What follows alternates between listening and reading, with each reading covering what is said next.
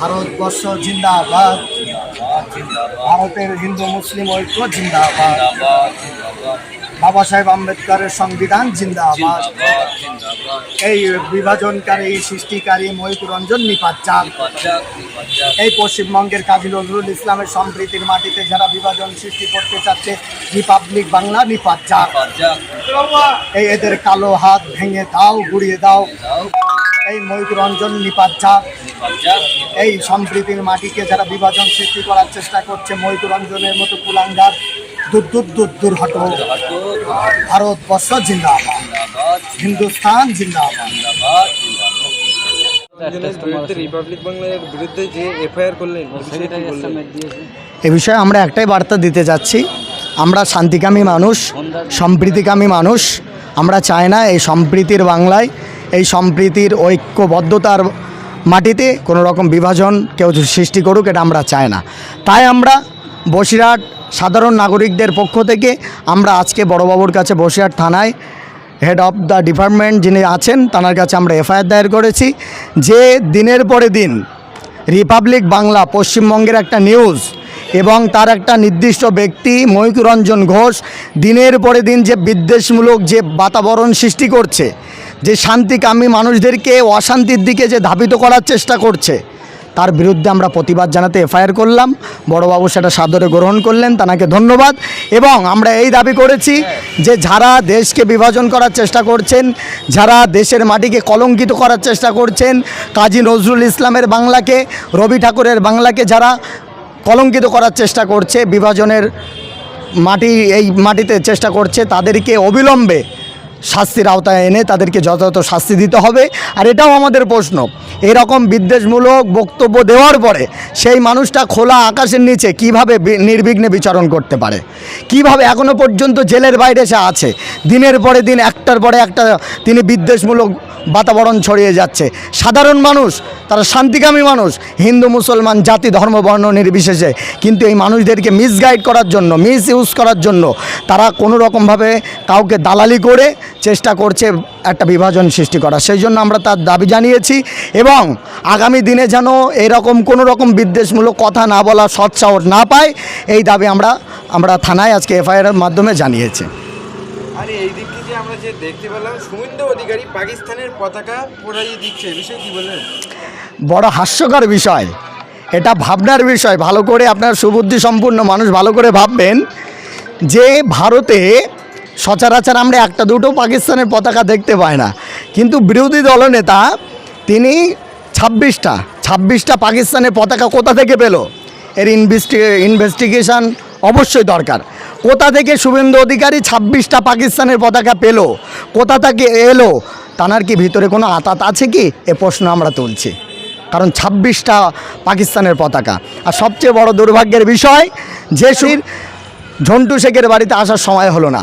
ঝন্টু শেখ মুসলিম কি হিন্দু এটা পরের জায়গা, পরের কথা, কিন্তু সর্বপ্রথম সে দেশের জন্য জীবন দিয়েছে, সে দেশের নাগরিক। একটা আর্মির কোনো ধর্ম হয় না, তার একটাই পরিচয়, সে দেশের নাগরিক, সুনাগরিক। তো তার বাড়িতে যাওয়ার সময় হলো না। বড় দুর্ভাগ্যের বিষয়, দেশের যারা সরকার পরিচালনা করছেন, নরেন্দ্র মোদী সরকার, তিনি এই সমস্ত শহীদদেরকে শ্রদ্ধা না জানিয়ে তিনি ইলেকশনে প্রচারে চলে গিয়েছেন। এখান থেকে বোঝা যাচ্ছে দেশকে কারা ভালোবাসে আর দেশকে কারা ভালোবাসে না। দেখুন যে শুভেন্দু অধিকারী বলেছে যে 26 জন আমাদেরকে মারা হয়েছে আর আমরা 260টা দেহ চাই এক রাতের মধ্যে, এ বিষয়ে কি বলবেন? এখানে তাহলে কি দাঙ্গা বাঁধানোর কোনো কি চিন্তাভাবনা চলছে? দেখেন, সর্বপ্রথম এখানে যে চক্রান্তটা চলছে এটা আমাদের সুন্দরভাবে বুঝতে হবে। শুভেন্দু অধিকারী সহ কিছু টেন্ডার নিয়ে রেখেছে ব্রিটিশদের কাছ থেকে।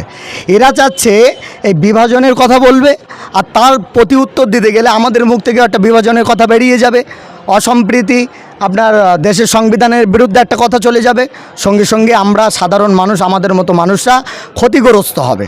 তো এরা সুকৌশলে চক্রান্ত করে চেষ্টা করছে যে দেশবিরোধী কথা বলবে, আর আমরাও তাদের প্রতি উত্তর দিতে গিয়ে আমরাও দেশবিরোধী কথা বলবো। অর্থাৎ না, এটা আপনাদের মাথায় রাখতে হবে। তারা যতই চেষ্টা করুক আমাদের মুখ থেকে দেশদ্রোহী কথা, দেশবিরোধী কথা, সংবিধান বিরোধী কথা বলিয়ে নেওয়ার আমরা কোনো দিন বলবো না। কারণ আমরা কাজী নজরুল ইসলামের মাটিকে ভালোবাসি, রবি ঠাকুরের মাটিকে, এই মাটিতেই ছোট থেকে বড় হয়েছি।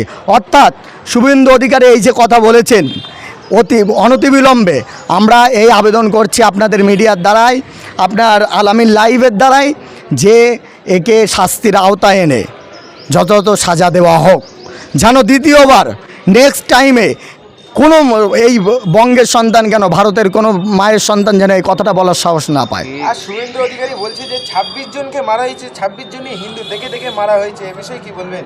দেখেন, জঙ্গিরা যখন আতঙ্কবাদীরা হামলা করে তারা কিন্তু কোনো জাত দেখেন না, কে হিন্দু, কে মুসলিম, কে শিখ, কে ইসাই, কে জৈন, এই জাত দেখে না। কিন্তু এগুলো মানুষকে মিসগাইড করা, মিসইউজ করার চেষ্টা করছে। মানুষ অত বোকা নয়। আতঙ্কবাদীরা যখন হামলা করে তখন আতঙ্কবাদীরা কোনো জাত দেখে না, কোনো পাত দেখে না, মানুষের ওপরে হামলা করে।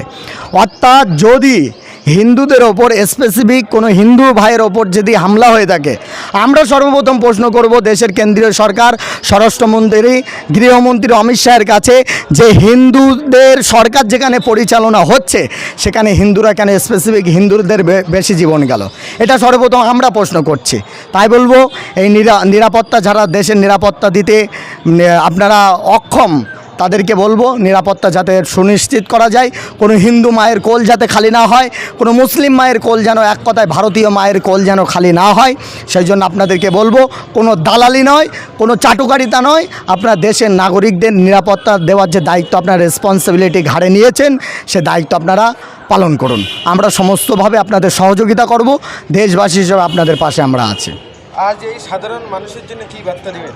সাধারণ মানুষকে এতটুকুই কথা বলবো, আপনারা কোনো রকম এই শান্তি, সম্প্রীতি, ঐক্য, ভ্রাতৃত্ব, সৌহার্দ্যের মাটিতে কোনো রকমভাবে যেন এই বিজেপি চক্রান্ত পাতা ফাঁদে কেউ পা দেবেন না। আপনার নাম, পরিচয়?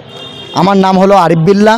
আমার পরিচয় হলো আমি বসিরহাট ডন্ডিহাটের একজন নাগরিক এবং অল ইন্ডিয়া ওলামা পরিষদের চেয়ারম্যান।